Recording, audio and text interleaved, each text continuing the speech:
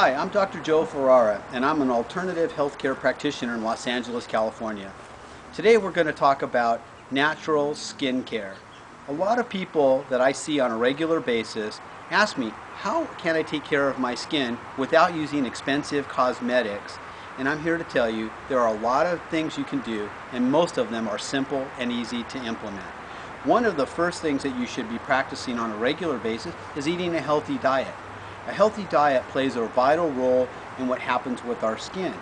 Many of you may not realize that the skin is one of the largest organs of the body, and it oftentimes reflects in our skin what's going on inside of our bodies. So if we avoid foods like too much sugar, too much processed food, too much fried food, or other foods that would normally irritate us, oftentimes shows up in the form of pimples, acne, or other types of breakouts. So try to eat a fresh diet with healthy foods, salads, fruits, drink plenty of water, which we'll talk about more, but a healthy diet can play a really important role in the way your skin looks on a day-to-day basis. Another thing that you might be interested in knowing is a probiotic. Now, probiotics are bacteria that live in our gastrointestinal system, and they're vital for our immune system, for breaking down our food, and for nourishing our skin.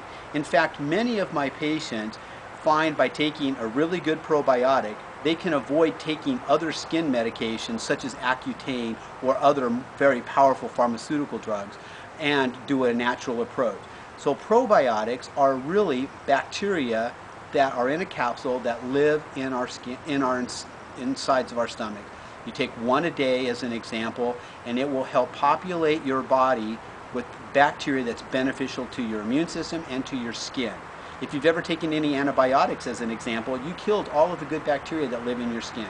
I recommend that you take the Perfect Probiotic, which is available at www.theperfectprobiotic.com.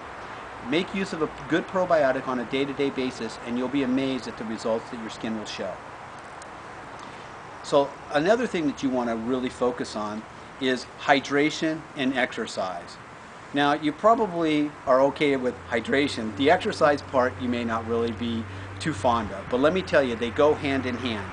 And when I'm talking about exercise, I'm not talking about training to do a marathon. I'm talking about something as simple as taking a 30-minute walk on a day-to-day basis.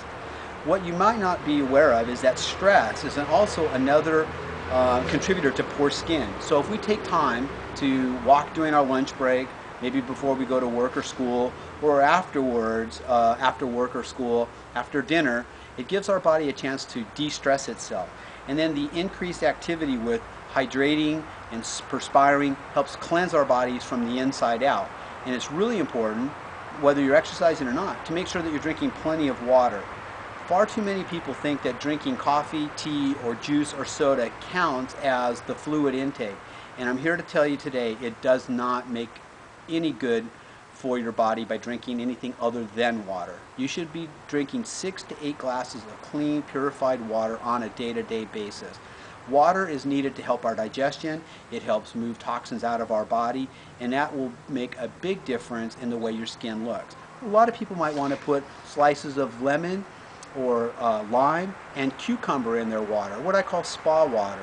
Cucumber is very soothing to the body. The citrus fruits help cleanse our body. So maybe you just might want to put a couple slices of lemon and lime and some cucumber in a pitcher of water and drink that on a day, all throughout the day, and you'll find it makes a big difference. Another thing that we're all concerned about is sun exposure. Sun, while we love being out in it, and it certainly is important in helping us with vitamin D production, it's the single biggest thing that takes our skin quality away.